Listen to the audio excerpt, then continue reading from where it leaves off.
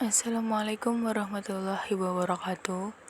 Perkenalkan, saya Fidea Ayu Pratama dengan NIM B1B1 22059, mahasiswa Prodi Ilmu Pemerintahan, Fakultas Hukum, Universitas Jambi, angkatan 2022. Pada video ini, saya akan membahas materi yang berjudul penerimaan negara. Video ini saya buat untuk memenuhi tugas tata kelola keuangan yang diampu oleh Bapak Wirmi Eka Saputra. Pada materi penerimaan negara terdapat 4 judul yang akan saya bahas. Yang pertama, apa saja sumber-sumber penerimaan negara. Yang kedua, distribusi beban negara. Yang ketiga, sistem perpajakan dan politik pajak. Dan yang keempat, pergeseran beban pajak. Baik, kita masuk ke materi yang pertama, yaitu sumber-sumber negara. Adapun 4 sumber penerimaan negara, yaitu yang pertama, pajak, yang terdiri dari pajak dalam negeri, pajak penghasilan atau PPh, pajak pertambahan nilai atau PPN, pajak penjualan atau barang mewah atau PPNBM, serta pajak bumi dan bangunan atau PBB.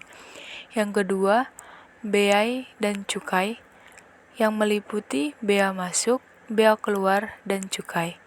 Yang ketiga, penerimaan negara bukan pajak atau PNBP, yang terdiri dari penerimaan yang bersumber dari pengelolaan dana pemerintah, pemanfaatan sumber daya alam, penerimaan dari hasil-hasil pengelolaan kekayaan negara yang dipisahkan, penerimaan dari pelayanan yang dilaksanakan pemerintah, penerimaan berdasarkan keputusan pengadilan, dan yang berasal dari pengenaan denda administrasi, penerimaan berupa hibah yang merupakan hak pemerintah, dan penerimaan lainnya yang diatur dalam undang-undang tersendiri.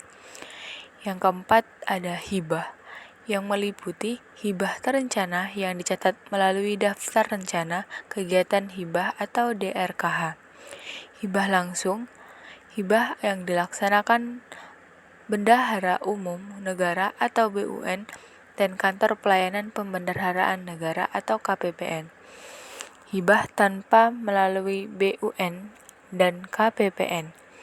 Pemerintah daerah, perusahaan atau orang-orang asing yang melakukan kegiatan atau berdomisili di Indonesia. Yang terakhir, hibah luar negeri, yakni yang bersumber dan diberikan oleh orang asing, lembaga perserikatan bangsa-bangsa, lembaga internasional, lembaga keuangan asing, atau lembaga lainnya, serta perusahaan atau orang Indonesia yang berdomisili dan melakukan kegiatan di luar negeri. Pelaksanaan kegiatan meningkatkan kesejahteraan rakyat dan bangsa memerlukan dana pembiayaan yang sangat besar dan berlangsung secara bertahap. Dalam hal ini, pemerintahan berupaya untuk menghimpun sumber-sumber penerimaan negara, yaitu salah satunya penerimaan negara dari sektor pajak. Menurut Undang-Undang Nomor 17 Tahun 2003, keuangan negara adalah semua hak dan kewajiban negara yang dapat dinilai dengan uang maupun tersebut. Keuangan negara sebagaimana disebutkan pada Undang-Undang Nomor 17 Tahun 2003, yaitu meliputi yang pertama, hak negara untuk memungut pajak, mengeluarkan dan mengedarkan uang, dan melakukan pinjaman. Yang kedua, kewajiban negara untuk menyelenggarakan tugas layanan umum pemerintahan negara dan membayar tagihan pihak ketiga. Yang ketiga, penerimaan negara. Yang keempat, pengeluaran negara. Yang kelima, pemerintahan daerah. Yang keenam, pengeluaran daerah. Yang ketujuh, kekayaan negara atau kekayaan daerah yang dikelola sendiri oleh pihak lain berupa uang. Yang selanjutnya, kekayaan pihak lain yang dikuasai oleh pemerintah dalam rangka penyelenggaraan tugas pemerintah. Yang selanjutnya, kekayaan pihak lain yang diperoleh dengan menggunakan fasilitas yang diberikan pemerintah. Dapat disimpulkan bahwa pada dasarnya fokus kajian keuangan negara sebagian besar berasal dari sektor pajak, di mana pajak merupakan sumber penerimaan negara yang berfungsi efektif dan efisien dalam pelaksanaan pembangunan nasional. Pajak berperan sebagai pengatur keuangan perekonomian di negara Indonesia. Materi yang kedua yaitu distribusi beban negara. Distribusi beban negara merujuk pada cara pemerintah membagi beban pajak yang baru ditanggung oleh setiap warga negara agar memenuhi rasa keadilan. Berikut adalah beberapa informasi terkait distribusi beban negara Dasia. Yang pertama, distribusi beban pajak harus adil, di mana setiap orang harus membayar pajak sesuai dengan kemampuannya. Yang kedua, pemungutan pajak harus memenuhi beberapa persyaratan seperti adil, jaminan hukum bagi para wajib pajak untuk tidak diperlakukan secara umum, jaminan wajib akan terjaganya kerahasiaan bagi para wajib pajak, tidak mengganggu perekonomian dan tidak merugikan kepentingan masyarakat, serta menghambat laju usaha masyarakat sebagai wajib pajak. Yang ketiga, fungsi distribusi di pajak Indonesia adalah pemerataan atas pendapatan masyarakat dan pemungutan negara dan pembangunan negara. Yang keempat, desain distribusi beban pajak yang adil yang masih menjadi isu utama dalam hal ini. Yang kelima, pajak merupakan salah satu sumber utama penerimaan negara untuk pembangunan. Dari hal tersebut dapat disimpulkan bahwa distribusi beban negara harus adil dan memenuhi beberapa persyaratan agar tidak merugikan masyarakat serta menghambat laju usaha masyarakat sebagai informasi wajib pajak. Pajak juga merupakan salah satu sumber utama penerimaan negara untuk pembangunan. Materi yang ketiga yaitu sistem perpajakan dan politik pajak. Sistem pemungutan pajak merupakan mekanisme yang mengatur hak dan kewajiban pajak bagi wajib pajak. Di Indonesia ini terdapat sistem pemungutan pajak sendiri yang menjadi acuan untuk menghitung besar pajak yang harus dibayarkan oleh wajib pajak. Di Indonesia berlaku 3 jenis sistem pemungutan pajak, yaitu yang pertama self-assessment system, yang merupakan salah satu sistem pemungutan pajak di mana sistem ini membebankan besaran pajak yang harus dibayar oleh wajib pajak yang bersangkutan secara mandiri. Yang kedua, official assessment system, yaitu yang berarti sistem pemungutan ini memberikan wewenang kepada wajib pajak untuk menentukan seberapa besar pajak terutang kepada fokus atau aparat perpajakan sebagai pemungut pajak.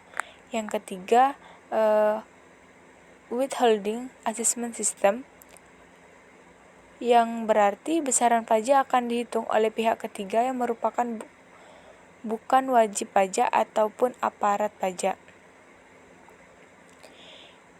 Contoh penerapan jenis-jenis pengenaan pajak yang menggunakan withholding assessment system yaitu yang pertama, pajak penghasilan. Yang kedua, pajak penghasilan pasal 21, pajak penghasilan pasal 22, pasal 23, dan pasal 24 ayat 2 tentang PPh final dan PPN.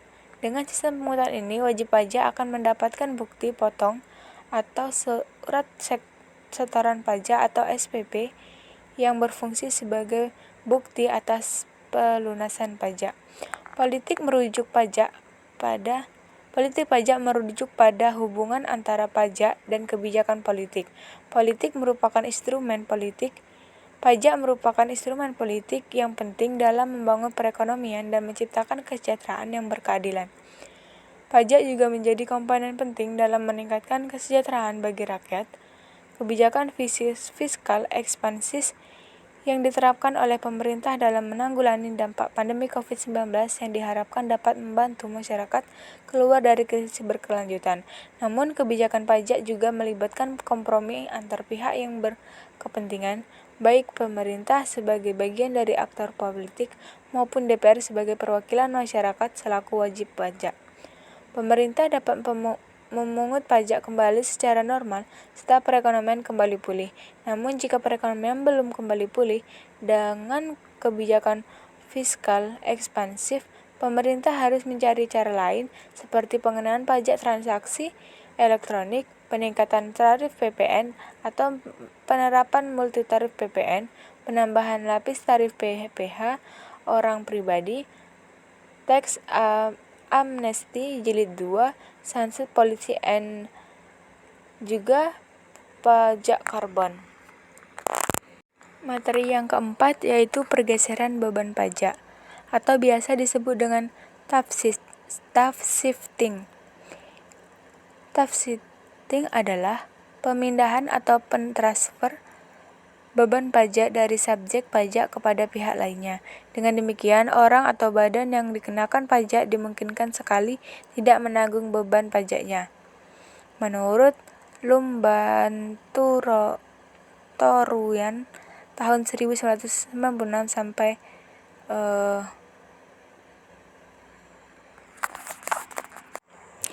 materi yang keempat yaitu pergeseran beban pajak atau biasa disebut dengan tax shifting adalah pemindahan atau mentransfer beban pajak dari subjek pajak kepada pihak lainnya. Dengan demikian, orang atau badan yang dikenakan pajak dimungkinkan sekali tidak menanggung beban pajaknya.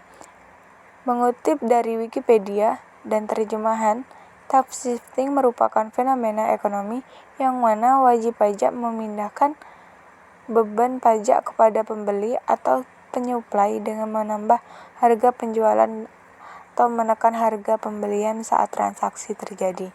Tax shifting memiliki 3 karakteristik yang diantaranya yang pertama berkaitan erat dengan kenaikan atau penurunan harga, yang kedua distribusi kembali beban pajak di antara subjek pajak atau pihak yang terlibat sehingga dapat menyebabkan ketidakstabilan antar wajib pajak dan penanggung pajak.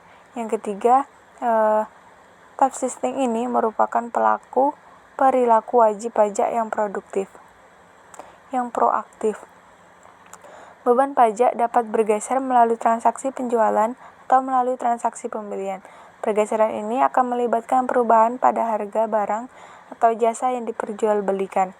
Ada beberapa jenis pergeseran beban pajak, yaitu yang pertama forward shifting, yang kedua backward shifting, yang ketiga kombinasi forward dan backward shifting, yang keempat single point dan multi point shifting.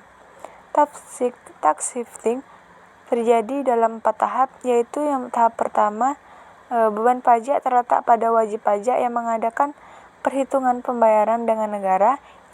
Tahap kedua, pergeseran beban pajak merupakan proses pemindahan beban pajak dari pembayar pajak kepada penanggung beban pajak. Tahap ketiga, timbulnya beban moneter. Yang terakhir, setelah terjadi pergeseran dan beban pajak tidak akan berpindah lagi. Tahap keempat, adanya konsekuensi ekonomis dengan adanya incidence of taxation yang disebut dengan effect of taxation. Tax shifting atau pergeseran beban pajak termasuk dalam skema perencanaan pajak yang mana merupakan bagian dari manajemen pajak. Tujuan perencanaan pajak tidak hanya untuk memenuhi kewajiban perpajakan dengan benar, tetapi juga agar dapat menekan biaya pajak serendah mungkin untuk mendapatkan laba dan likuiditas yang diharapkan perusahaan. Dari materi yang saya jelaskan tadi dapat ditarik kesimpulan bahwasanya penerimaan negara merupakan tulang punggung pelaksanaan kegiatan pemerintah pusat dan pemerintah daerah. Penerimaan negara dapat berasal dari pajak dan pungutan lainnya yang bersifat memaksa, seperti penerimaan negara bukan pajak atau PNBP. Sumber-sumber penerimaan negara dapat berasal dari bumi, air, kekayaan alam, pajak-pajak dan hibah dalam negeri dan luar negeri. Peningkatan kemampuan anggaran penerimaan negara kita yang berarti pula peningkatan anggaran belanja negara selama ini bukan disebabkan oleh penerimaan pajak yang meningkat, melainkan karena adanya peningkatan penerimaan PNBP atau penerimaan negara bukan pajak. Dalam melakukan pengawasan terhadap penerimaan negara bukan pajak, kantor Bea dan Cukai perlu melakukan penyuluhan untuk merasionalkan terhadap pengenaan pajak dan pengawasan terhadap penerimaan negara bukan pajak. Sekian materi yang dapat saya sampaikan.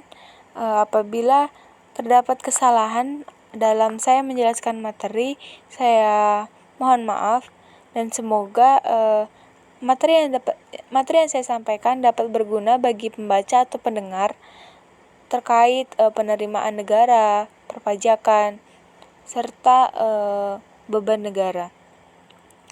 Saya akhiri, wabillahi taufiq wa hidayah. Wassalamualaikum warahmatullahi wabarakatuh. Sekian, terima kasih.